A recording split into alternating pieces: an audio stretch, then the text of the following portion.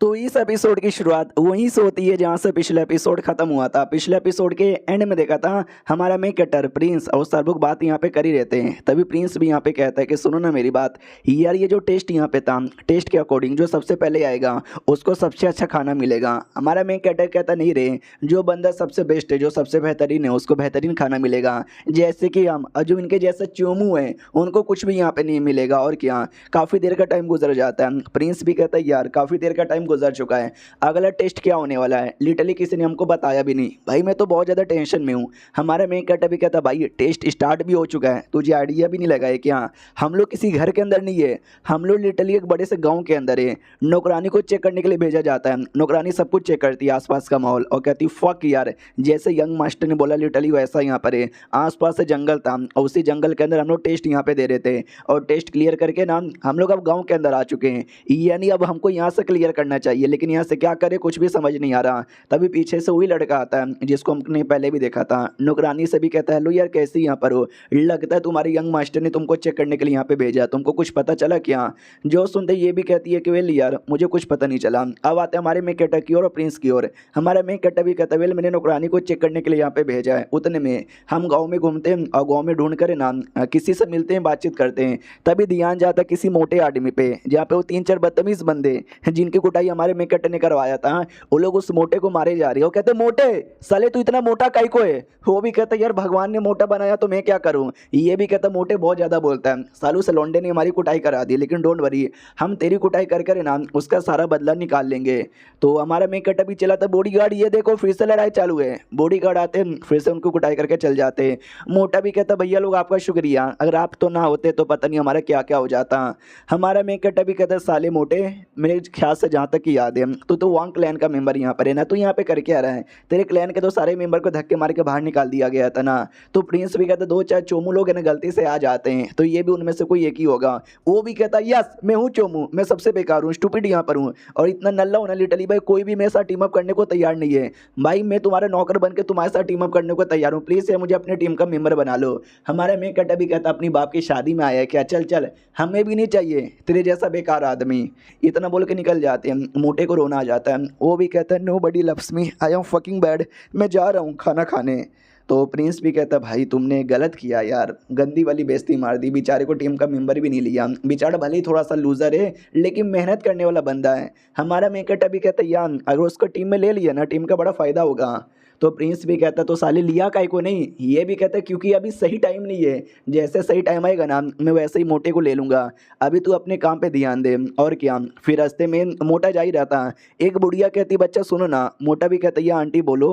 अब आते भाई वो दूसरे लड़के और नौकरानी की ओर है, जहाँ पे वो भी कहता सुनो यार तुम्हारा मालिक था उसने तुमको यहाँ पे भेजा है, तो मुझे बताओ तुम्हारा मालिक सही है क्या? ये भी कहती है या जब जब उन्होंने फैसला लिया है ना, हर एक फैसला बड़ा कमाल का था, क्योंकि वो बड़े कमाल के बंदे यहाँ पर है। ये भी कहती है और तुम? नौकरानी कहती है व्हाट डू मीन? वो भी कहता है कि वेल तुम भी बड़ी कमाल की हो, मैंने नोटिस किया है भाई, लिटरली तुमने अपने सर पे इतना सारा सामान उठाया था तो भी तुम ब्रिज क्रॉस करके इतना आगे चली आई। इससे ये साबित होता है तुम्हारी औकात नौकरानी बनने की नहीं मालकिन बनने की है। तुम्हें किसी का नौकर बन के नहीं रहना, तुम्हें लिटरली आज़ाद होकर रहना है। और वो सोचते बैठ जाती है। उतने में हमारा मेन कैरेक्टर आ जाता है। वो कहता है वो क्या हुआ, क्या सोचे जा रही है? वो भी कहते कुछ भी नहीं। अरे यार वो लड़का कहाँ चला गया? यंग मास्टर आपका भी यहाँ पे चले आए। ये भी कहता बस ऐसे ही आ गया, तुम पता नहीं क्या बैठ के यहाँ पे सोच रही थी। हाँ तो सुनो भाई, मेरे को आइडिया लग चुका है, इस गांव से हमको निकलना है और यही हमारा टेस्ट यहाँ पर है। लेकिन गांव से निकलना आसान यहाँ पे नहीं रहेगा। मैंने एक प्लान यहाँ पे बनाया है। सबसे पहला प्लान, यहाँ पे जो भी लोग हैं ना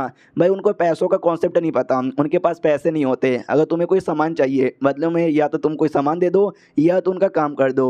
सेकंड यहाँ पर है कि भाई इनको है ना गॉड असेंबली के बारे में, स्टेट के बारे में कोई भी आइडिया नहीं है, तो उस चीज़ के बारे में बात भी मत करना। और तीसरा और सबसे इंपॉर्टेंट कि हमें उनके साथ मिलकर जितना अच्छा हो सके उतनी अच्छी दोस्ती और रिश्तेदारी करनी चाहिए। और उनके बीच में भी कोई दुश्मनी है ना उसको भी बुलाकर गिला शिकवा मिटाकर दोस्ती करवानी चाहिए। नौकरानी भी कहती है लेकिन हम लोग कैसे करें? प्रिंस भी कहते हुई तो हम लोग तो किसी को जानते भी नहीं, तो ये करना तो काफ़ी मुश्किल होगा।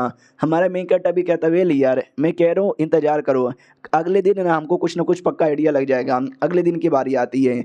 मोटा आता रोते रोते और कहता है अरे यार मैं मुसीबत में आ गया, प्लीज़ मुझे बचा लो। हमारा मेन कैरेक्टर भी कहता मोटे क्या हो गया, सुबह सुबह क्यों भाई कान का पूरा पर्दा फाड़ रहा है। वो भी कहता है यार मैं बहुत ज़्यादा बड़ी मुसीबत में आ गया, कल तुम लोगों से बेइज्जती करवाने के बाद जैसे मैं निकला तो आंटी लियो ने मुझे बुला लिया, बोला सुनो ना बच्चा मेरा काम कर दोगे। मैंने भी बोला यार मैं काम यहाँ पे कर दूंगा। और तभी जो गाँव का मुखिया था ना, गाँव के मुखिया की बीबी आ गई जो आंटी के साथ ना लड़ाई करने लगी। और भाई दोनों को लड़ाई के चक्कर में बेचारा मेरी कुटाई हो गई और उस गाँव की मुखिया ने लिटरली मुझे धक्के मार के ना घर से यहाँ पे बाहर निकाल दिया। और क्या हमारा मेन कट्टा भी कहता अच्छा इसी बात है क्या, मिल गया रास्ता। तो प्रिंस भी कहते क्या रास्ता मिल गया। हमारा मेन कट्टा भी कहता तुमने सुना नहीं, आंटी लियू या उनके बीच में और जो मुखिया की बीबी है ना उनके बीच में लड़ाई हो रहा था। तुमने कभी सोचा नहीं क्यों लड़ाई हो रहा था, क्योंकि कल मैंने यहाँ पे देखा था गाँव का मुखिया और आंटी लियू को अकेले में। तो पक्का ये बात का आइडिया ना बीबी को लग चुका है, बीबी जिसके लिए आंटी लियू को यहाँ पे बहुत ज़्यादा हिट करती है। जो सुनते प्रिंस कहता वाह यार तुम्हारा ध्यान तो दूसरों के लव अफेयर के बीच में भी रहता है। मोटा भी कहता भाई प्लीज़ मुझे बचा ले वरना मेरे घर में घुस के मारेगी। हमारा मेन कट्टा भी कहता टेंशन ना ले तुझे कोई नहीं मारने वाला। तभी पीछे से प्रिंस कहता ओके ठीक है मुझे समझ आ चुका है तो क्या कहना चाहता था। गाँव की मुखिया की जो बीबी है प्लस ये जो आंटी लियू है इनके बीच में जो दुश्मनी है ना वो दुश्मनी मिटानी है, तुम टेंशन यहाँ पे ना लो, मैं हेल्प यहाँ पे करता हूँ। तो वो जाता है और जाते ही यहाँ पे कहता है हेलो जी कैसे यहाँ पर हो, मेरे पास है ना ये कपड़ा है, क्या ये कपड़ा आपको यहाँ पे चाहिए। वो लोग कहते हैं बिल्कुल भी ना चाहिए निकल जाओ। मनी मन सोचता है ये कपड़ा मुझे मोटे ने दिया था और ये किसी और का कपड़ा नहीं है बल्कि आंटी लियू का कपड़ा यहाँ पर है। और जब मुखिया देखेगा अगर मुखिया सच्ची में लाइक करता है आंटी को तो वो पक्का कपड़ा ले लेगा। तो वो मुखिया के घर के बाहर आता है तो मुखिया भी कहते हो बच्चे जल्दी से अंदर आओ, तो अंदर चल जाता है। तो बाकी सारे जो प्लेयर्स यहाँ पे थे जो टेस्ट देने आए थे वो सभी कहते हो फक यार उसने प्रिंस को अंदर ले लिया न जाने और क्या होगा। अब बाकी जो बंदे यहाँ पे थे वो लगे पड़े थे अपने कोई अलग अलग काम कर रहे थे, कुछ भी करके बस लोगों को खुश करके यहाँ से निकल के जाना है। बहुत सारे बंदे तो डाउट में थे क्या करे और क्या ना करे समझ ही नहीं आता।